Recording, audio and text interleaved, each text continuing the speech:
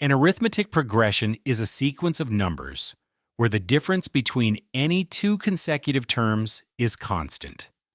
Here is an example. Note that the difference between any two consecutive terms is the same.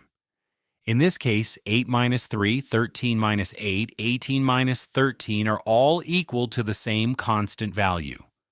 That's 5. Here is another example of an arithmetic sequence. Again, the difference between any two consecutive terms is a constant. The difference between any two consecutive terms is the same. 11 minus 13, 9 minus 11, and 7 minus 9 are all equal to -2. Another way to think about an arithmetic progression is that the terms are always increasing or decreasing by a constant amount. This constant amount is called the common difference, denoted by the letter D. In the first example, D equals 5, since we are always adding 5 to get the next term in the sequence, while in the second example, D equals -2, since we are always subtracting 2 to get the next term. Now let's focus on this arithmetic progression to understand some key properties. The first term is 3, and we denote it by the letter A. The second term is denoted by a 2, the third term by a 3, and so on. Sometimes other letters, such as T or U, may be used instead, but the idea remains the same. In this sequence, the common difference D equals 5, so each term increases by 5 as we move along. Suppose we want to find the seventh term, denoted by A7. One way is to keep adding 5 until we reach the seventh term. That's 33. However, this method becomes inefficient for larger terms. A more efficient method is to use a formula. The first term is A. The second term, A plus D. The third term, A plus 2D. The fourth term, A plus 3D. Notice the pattern. The coefficient of D is always 1 less than the position number. This leads us to the nth term formula, where A is the first term, D is the common difference, and N is the position of the term. To find the seventh term, substitute N equals 7. Hence, the seventh term is equal to A plus 6D. Now A equals 3 and D equals 5. So we get 33. Same answer as in the previous method. Now what if we want the 50th term? This time we substitute N equals 50. So the 50th term is given by A plus 49D. We know A equals 3 and D equals 5. So the 50th term is 248. Now what if we want to add up some terms? Like, for example, what is the sum of the first 4 terms? To find the sum of the first 4 terms, we can simply add them. 3 plus 8 plus 13 plus 18 equals 42.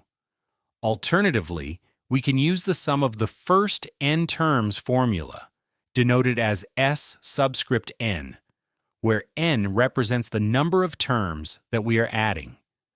In another video, we'll show how this summation formula is derived. To find the sum of the first 4 terms, we substitute N equals 4. S, we get 4 over 2 outside.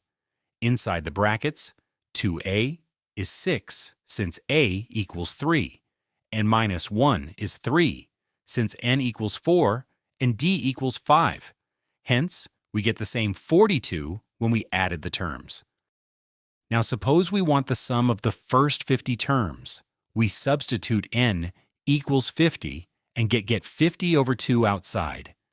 Inside the brackets, 6 plus 49 times 5, since n equals 50 this time. This simplifies to 6,275. Let's try a few problems. An arithmetic progression has the terms shown here. To answer the question, we need to identify the key information such as the first term A, which is 2, and the common difference D, which is 4.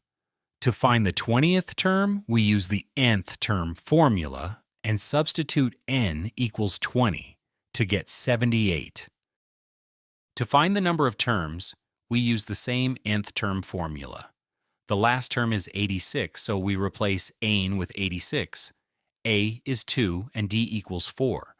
But we do not know the term position of 86, so we leave it as n. To solve for n, we expand the brackets, then group all the constants on the left-hand side. Divide both sides by 4 to get n equals 22. So the sequence has 22 terms, 86 being the 22nd and final term. To find the sum of all the terms, we use the summation formula. There are 22 terms in the sequence, so we replace n with 22. This simplifies to 11 outside the brackets and 88 inside. So the sum of all 22 terms is 968. Here is another problem. To find the first term and the common difference, we can formulate equations using the nth term formula with the information given.